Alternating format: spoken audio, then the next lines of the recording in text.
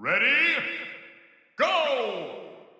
How's it going? I hope you've been well. Today I'll be taking a look at the new Crimson Vow set and going through the white cards and the black cards that could possibly find a home in one of your commander decks. This video is going to include everything Crimson Vow, so the main set, the commander set, and the promo cards, but I won't be reviewing every single card because that would just take way too long.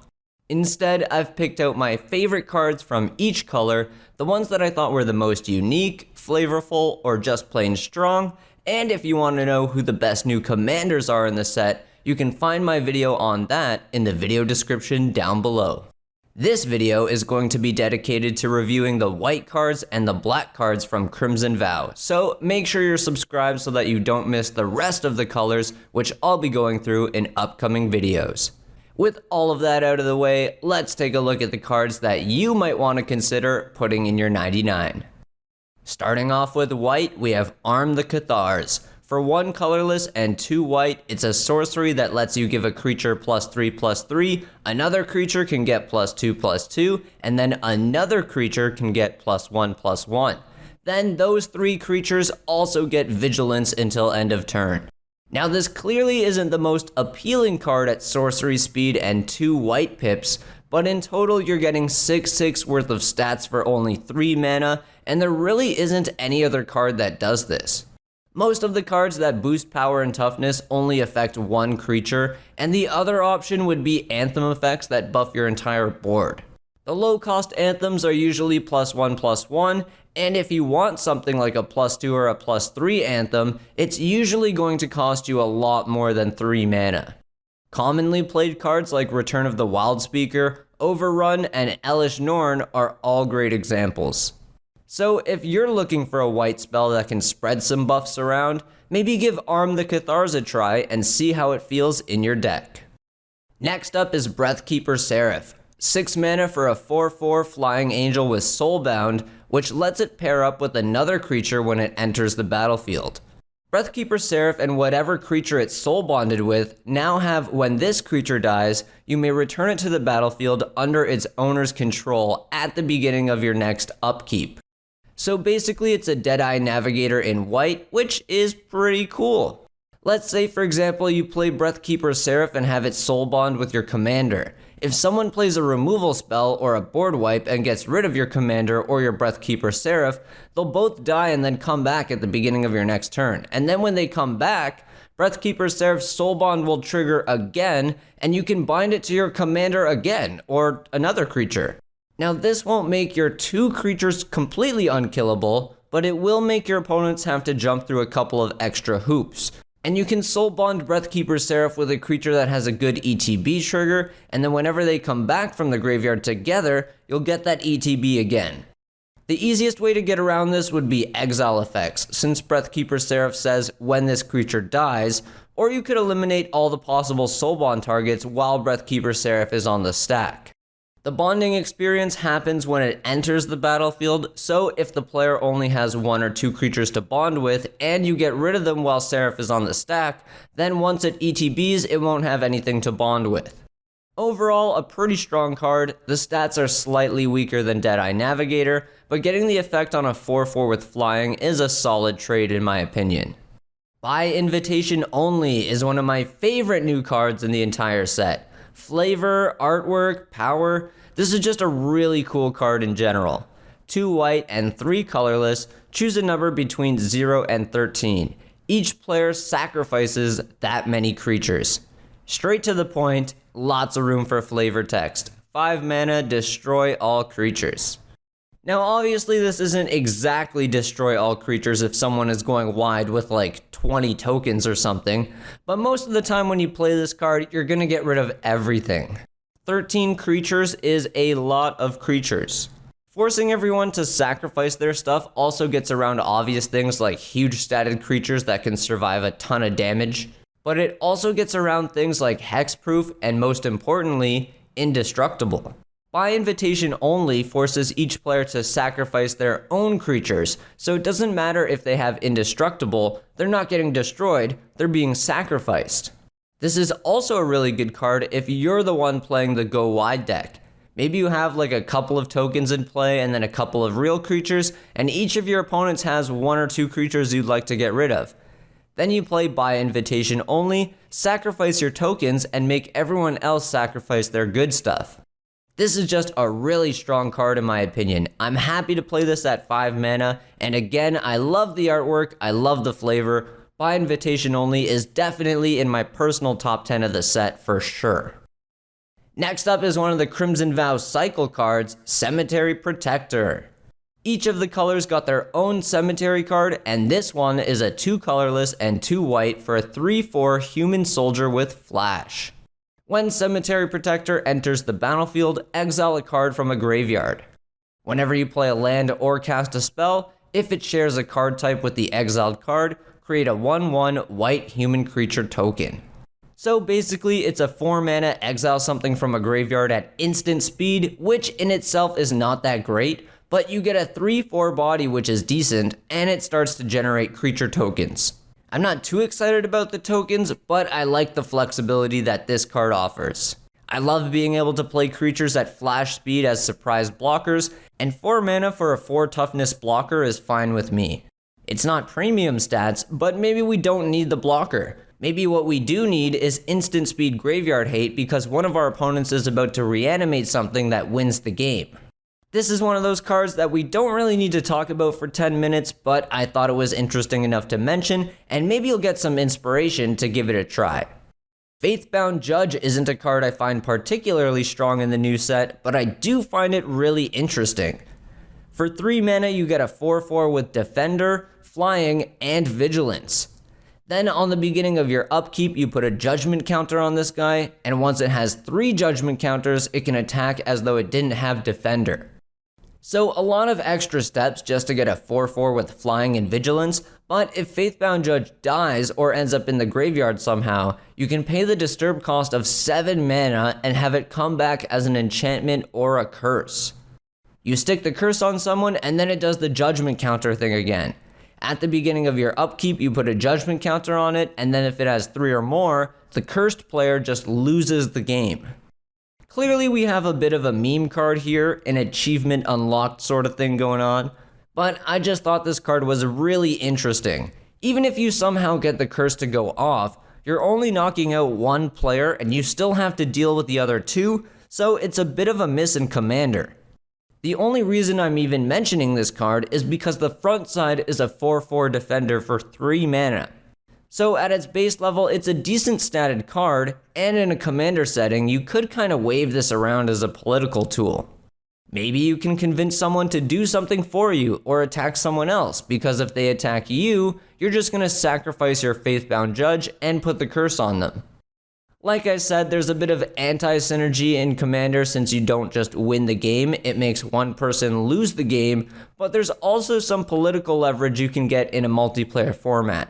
So all in all, I thought Faithbound Judge was a pretty interesting new card. Storm of Souls is a brand new Crimson Vow card that I actually think is really strong. 4 colorless and 4 white mana for a sorcery, return all creature cards from your graveyard to the battlefield.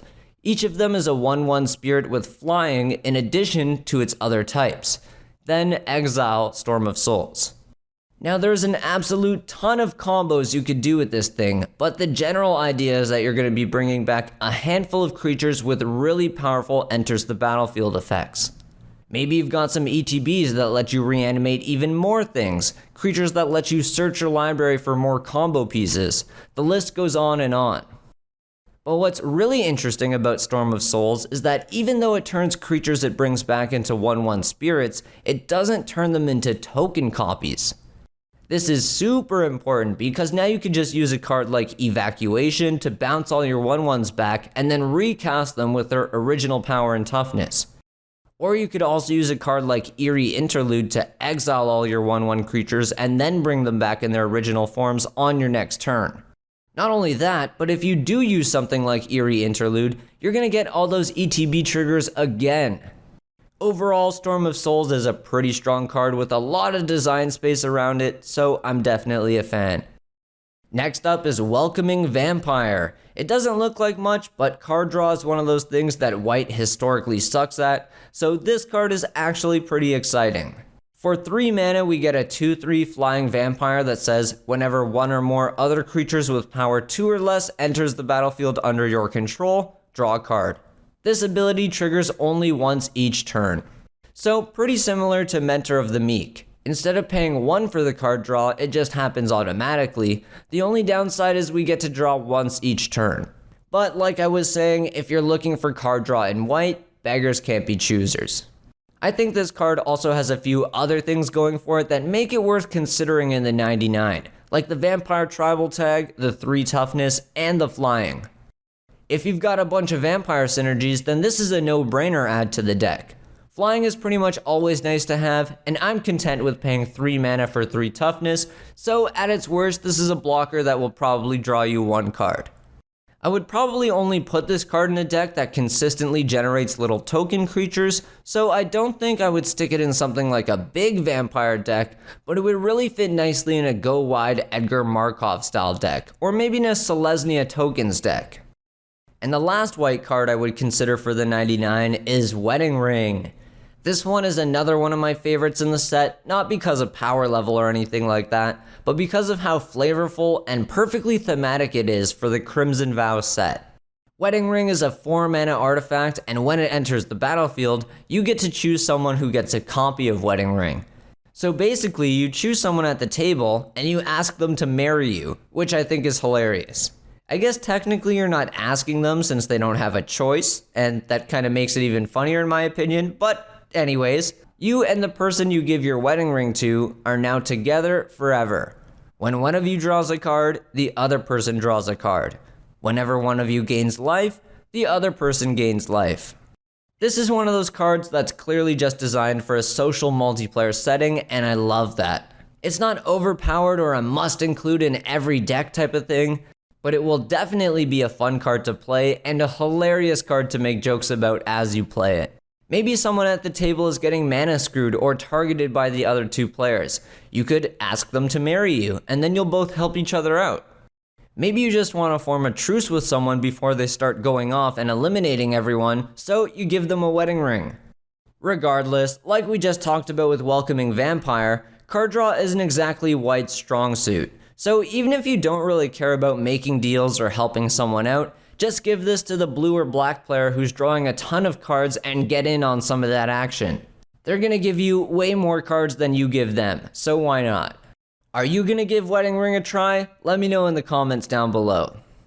And that's it for the white cards. Now let's take a look at the black cards. Starting with Catapult Fodder. If this looks unfamiliar, it's probably because it was a card from the main set, and it mostly sees play in Draft. Catapult Fodder is a 3 mana 1/5 zombie that says at the beginning of combat on your turn, if you control 3 or more creatures that each have toughness greater than their power, transform Catapult Fodder. Then it becomes the Catapult Captain, a 2/6 zombie that lets you tap and pay 2 and a black to sacrifice another creature and deal damage to someone equal to that creature's toughness. So if you can transform this thing, it becomes a fling card that cares about toughness instead of power. There's a couple of cards that do something similar like Shriveling Rot, but I'm pretty sure this is the first creature with this ability. Usually fling effects have the damage equal to the sacrificed creature's power, like Brian Stoutarm. So I thought Catapult Fodder was a really interesting card. There's definitely some combo potential there with it being a sacrifice and damage output engine. Next up is Crossway Troublemakers. 6 mana for a 5/5 vampire, and it says, attacking vampires you control have Death Touch and Lifelink. Whenever a vampire you control dies, you may pay 2 life, and if you do, draw a card. The Crimson Vow set came with tons of support for vampires and spirits, and I think this is a 6 mana 5/5 that I wouldn't mind trying out in a Vampire Tribal deck. Usually Vampire Tribal has lots of ways to suck the life out of their opponents, so 2 life to draw a card is a very low price to pay. The other condition is that another vampire has to die, and with tons of sacrifice engines at our disposal in black and red, getting our vampires to die won't be an issue. It also doesn't say anything about token vampires either, so this next card might come in handy too.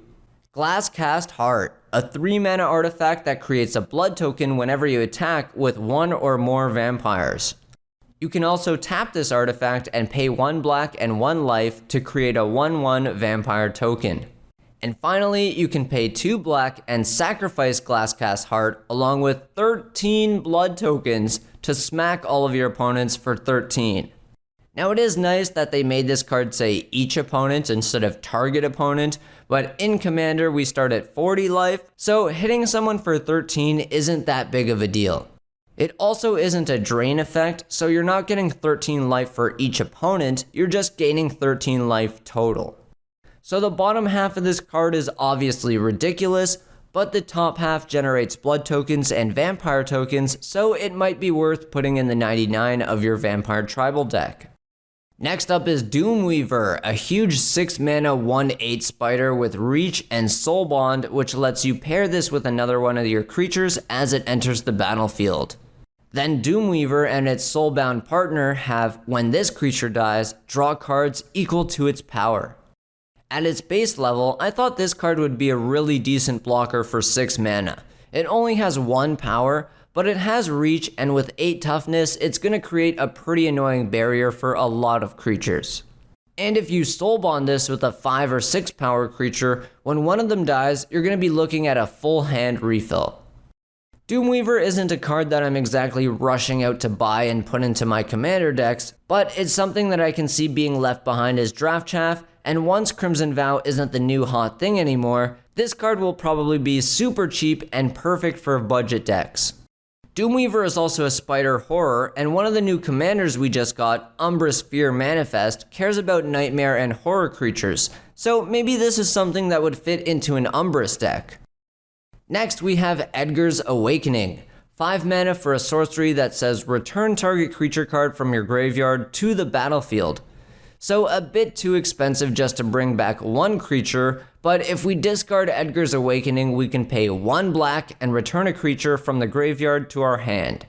I think this card could find a home in decks that have more synergies and payoffs for Madness and discard, maybe something like the old Anya Falconwrath, but you're definitely not paying 5 mana at sorcery speed to reanimate 1. If you're gonna try Edgar's Awakening out in your 99, make sure you're putting it into a discard deck.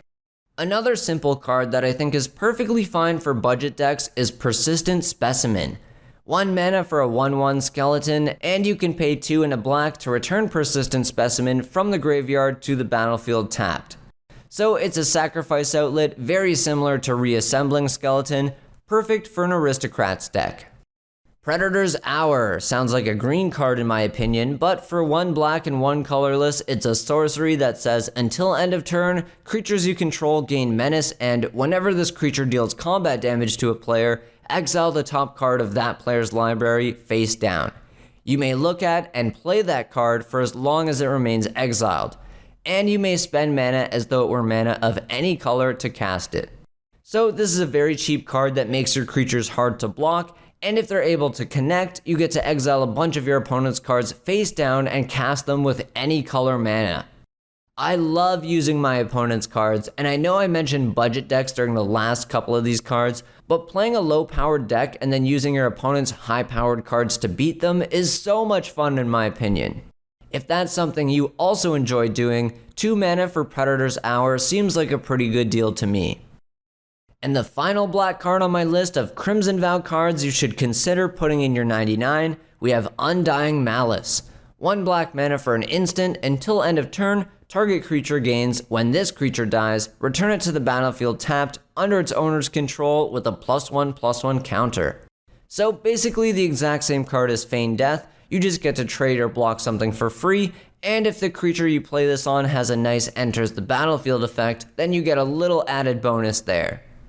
There are also cards with similar effects like Abnormal Endurance that cost a bit more mana, but 1 black is really easy to leave open when you have Undying Malice in hand.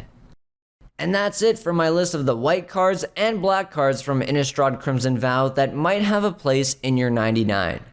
Do you think some of these cards would fit into any of your decks? Let me know in the comments down below, and make sure to subscribe so you don't miss out on the next couple of videos where I go through the rest of the colors. I also did a video on the top 10 commanders from Crimson Vow, so check that out if you haven't yet already. And as always, thanks for watching.